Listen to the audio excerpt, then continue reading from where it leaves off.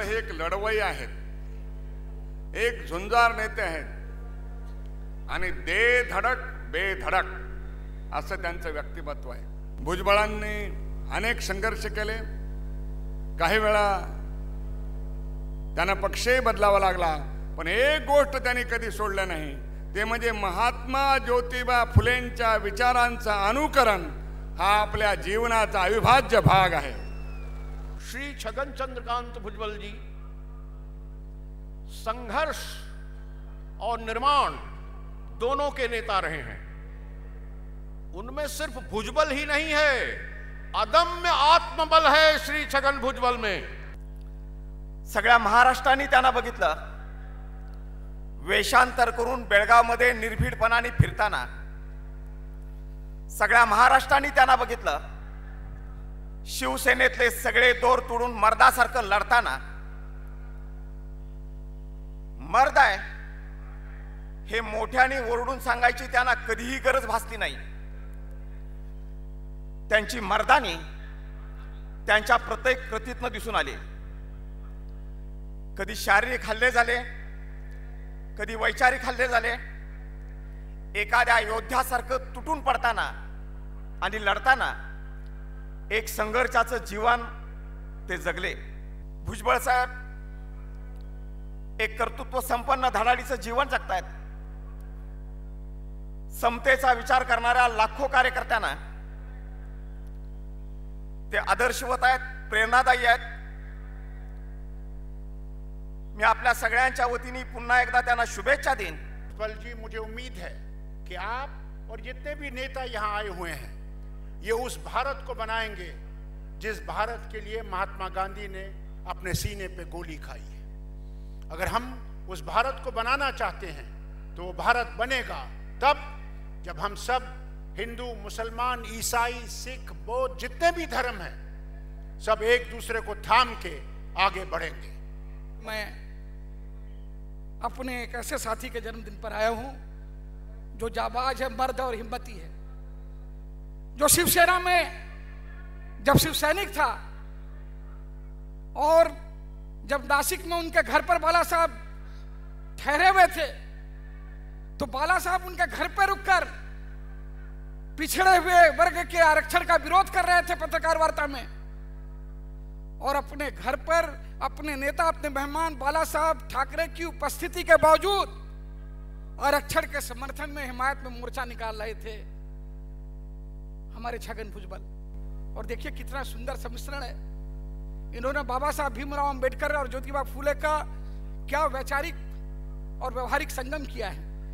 यानी जो पिछड़ों का विरोधी वो दलित विरोधी और जो दलितों का विरोधी वो पिछड़ों का विरोधी. बहुजनांसाठी बहुजन नायक भुजबळ साहेबांच्या या गौरवग्रंथाचं संपादन प्राध्यापक हरी नरके यांनी केलेलं आहे. मी सन्माननीय मुख्यमंत्री विलासराव देशमुख साहेब यांना विनंती करतो की त्यांनी या ग्रंथाचं प्रकाशन करावं.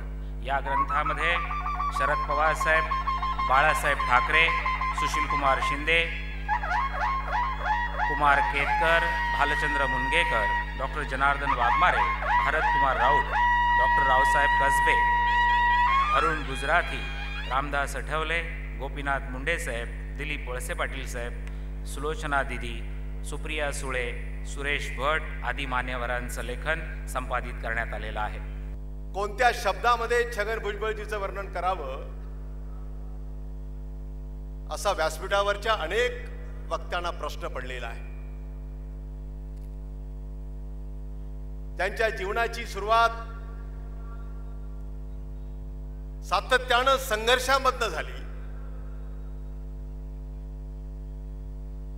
आणि त्यांच्या स्वभावाची जडणघडण ही अशा एका विशिष्ट वातावरणामध्ये झाली आणि आज त्यांचं व्यक्तिमत्व एक विद्यार्थी म्हणून, एक राजकीय नेता म्हणून, एक सामाजिक नेता म्हणून, एक आमदार, मंत्री, उपमुख्यमंत्री आणि आज देशाच्या पातळीवर ओबीसी संघटनेचं ते जे नेतृत्व करतायत अशा विविध भूमिकांच्या मधनं हे तयार झालेलं व्यक्तिमत्व आहे. या नगरीचे महापौर म्हणून त्यांनी केलेलं काम मुंबईकर सदैव आठवणीमध्ये ठेवतील. भुजबळाचा आणि आमचा परिचय जेव्हा ते विधानसभेमध्ये आमदार म्हणून निवडून आले, शिवसेनेचे एकमेव आमदार, परंतु जिथं जातील तिथं आपली वेगळी भूमिका आणि वेगळं अस्तित्व निर्माण करण्याची जबरदस्त हातोटी मी भुजबळांच्या मध्ये पाहिलेली आहे. सभागृहामध्ये पक्षाचे एकमेव आमदार असताना सुद्धा अनेक प्रश्नावर अतिशय आक्रमक सभागृहामधलं त्यांचं काम हे आम्ही अतिशय जवळून पाहिलेलं आहे. त्यानंतरच्या काळामध्ये मंत्रिमंडळातले आमचे सहकारी म्हणून त्यांनी केलेलं काम, त्यांनी केलेला काँग्रेसमधला प्रवेश, त्यानंतरचा सारा संघर्ष आणि अतिशय हिमतीनं, धडाडीनं, जिद्दीनं त्यांनी त्या सगळ्या प्रसंगाला ज्या पद्धतीने ते सामोरे गेले ते दिवस आजही आम्हाला आठवत आहेत. मागच्या मंत्रिमंडळामध्ये उपमुख्यमंत्री म्हणून आणि गृह खात्याचे मंत्री म्हणून त्यांनी केलेली कामगिरी, राष्ट्रवादी आणि काँग्रेसचं संयुक्त सरकार मुख्यमंत्री म्हणून माझ्यावर आलेली जबाबदारी आणि मला समर्थपणाने साथ देण्याचं काम छगन भुजबळ आणि अतिशय जोरदारपणाने अनेक समन्वय कसा साधावा, अडचणीच्या प्रसंगात मार्ग कसा काढावा, या संदर्भामध्ये भुजबळजी आपण दिलेलं सहकार्य आम्ही कधी विसरू शकत नाही. कारण गेले अनेक वर्ष महाराष्ट्राने भुजबळांची तडफ, संघर्ष हा जो जवळून पाहिलाय, त्यामुळे ते 61ला गेले असतील याच्यावरचा विश्वास हे बसणं तुम्हाला मला शक्य नाही. पण आनंद आहे की 60 वर्षाची पूर्तता झाल्याच्या नंतर आणि 61व्या वर्षामध्ये पदार्पण केल्याच्या नंतर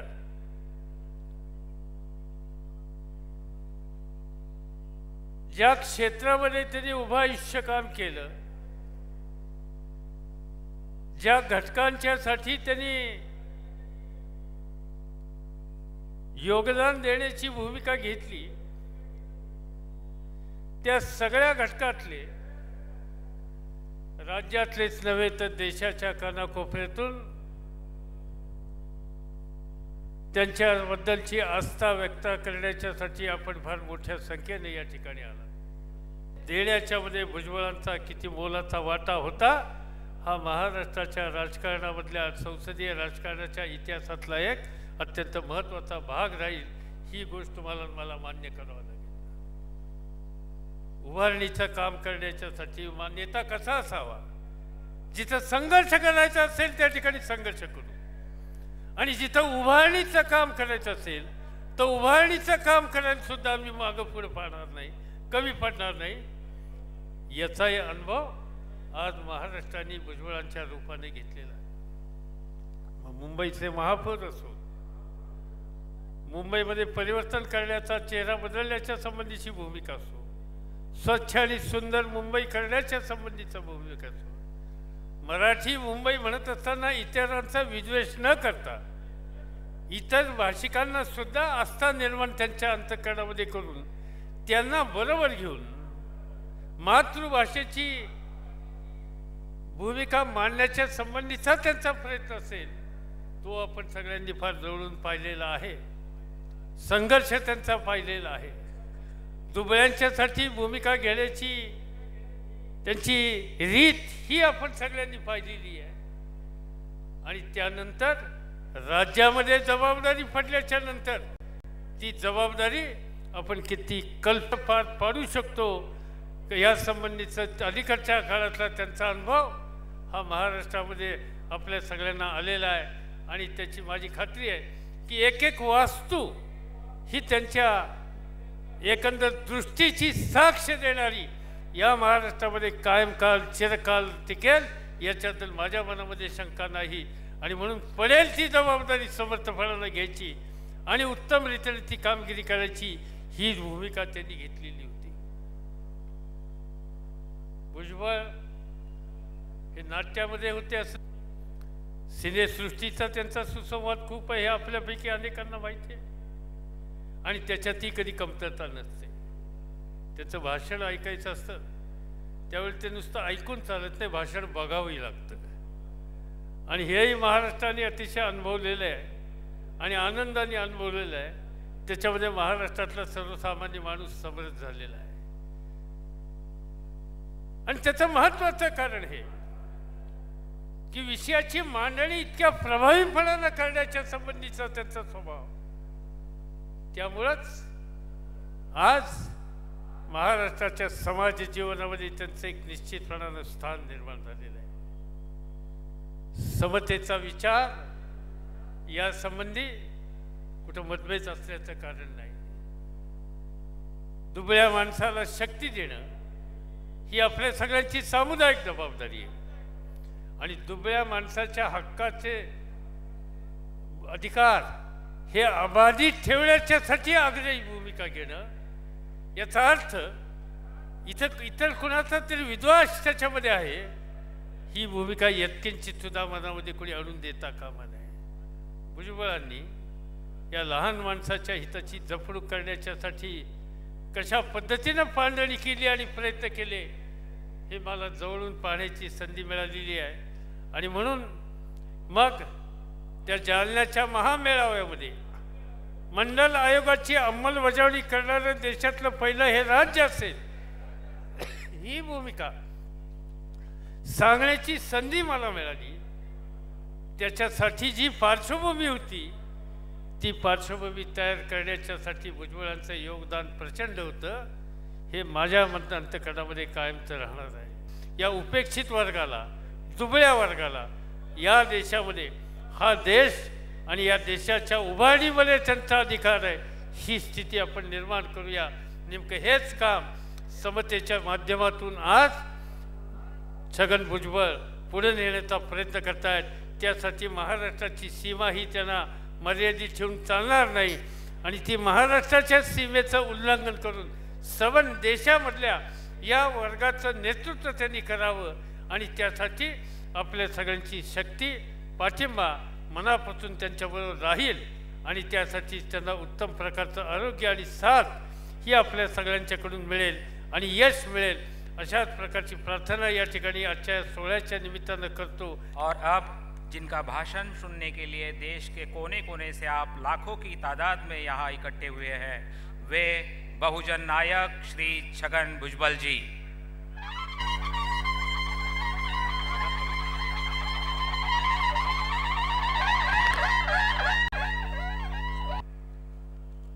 शिवाजी पार्क मला तसं काही नवीन नाही. सुरुवातीला शिवसेनेमध्ये असताना अनेक वेळा या शिवाजी पार्कवर जनतेला संबोधित करण्याचं काम मी केलं. काँग्रेसमध्ये असताना सुद्धा या शिवाजी पार्कवरून मी भाषणं केली आणि राष्ट्रवादी काँग्रेस पक्षाची स्थापना या शिवाजी पार्कवर झाली. त्यावेळेला सुद्धा मी जनतेपुढे उभा राहिलो. पण आजची परिस्थिती वेगळी आहे. त्यावेळेला एका पक्षासाठी, पक्षाच्या भूमिकेसाठी आपण सगळे एकत्र येत होतो. आज केवळ छगन भुजबळचा वाढदिवस आहे आणि म्हणून त्याला शुभकामना देण्यासाठी, आशीर्वाद देण्यासाठी आपण सगळे एकत्र आलेलो आहात. त्याबद्दल मी आपल्या सगळ्यांचे हात जोडून आभार मानतो. 91 सालच्या डिसेंबरमध्ये शिवसेना सोडली. त्यावेळेला शिवसेना सोडणं असं एरागवाळाचं काम नव्हतं. काय चालायचं, काय होत होतं आपल्या सगळ्यांना कल्पना आहे. पवार साहेबांनी साथ दिली, सुधाकरराव नाईकांनी साथ दिली. छगन भुजबळ आणि त्याच्याबरोबरचे शिवसेना सोडून गेलेले आमदार परत एकदा आयुष्यामध्ये उभे राहिले. परवाच्या दिवशी सामनामध्ये असं वाचलं की भुजबळ, तुम्ही जर शिवसेना सोडून गेला नसतात तर निश्चितपणे मुख्यमंत्री झाला असता. मी आभारी आहे आणि मला माहिती आहे मी झालोच असतो. परंतु मला एक मात्र निश्चितपणे वाटतं, मी कदाचित या महाराष्ट्राचा मुख्यमंत्री झालो असतो, परंतु आज या राज्यातील 54% मागासवर्गीयांना, ओबीसींना जे आरक्षण मिळालं ते मात्र आरक्षण मी देऊ शकलो नसतो. आणि म्हणून मुख्यमंत्री झालो नाही त्याचं दुःख नाही, परंतु शिवसेना सोडल्यानंतर शरद पवार यांच्या मंत्रिमंडळात काम करत असताना जालन्याच्या समता परिषदेच्या मीटिंगमध्ये जी मागणी केली गेली की आरक्षण मिळालं पाहिजे, आणि पवार साहेबांनी आणि इथे बसलेले विलासराव देशमुख, रामदास आठवले, अनेक मंत्री त्या मंत्रिमंडळात होते, त्यांनी तिथं जाहीर केलं की 1 महिन्याच्या आत आम्ही ते देऊ. आज ज्या वेळेला साळी माळी कोळी तेली तांबोळी धनगर लहान सहान समाजातील मुलं डॉक्टर होतात, इंजिनियर्स होतात, चांगल्या नोकरीला लागतात. एवढंच नाही तर ग्रामपंचायतीचा सरपंच होतो, जिल्हा परिषदेचा अध्यक्ष होतो, महानगरीचा महापौर होतो.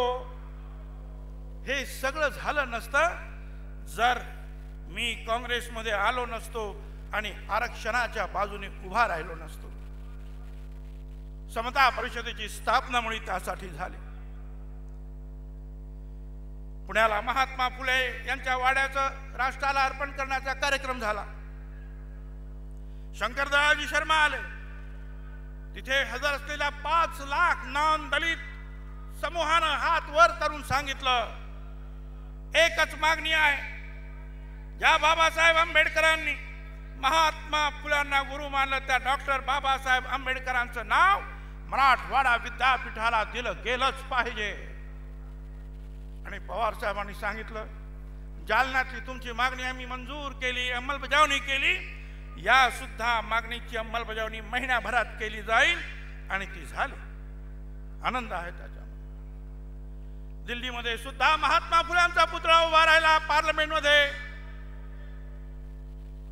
या पुण्याच्या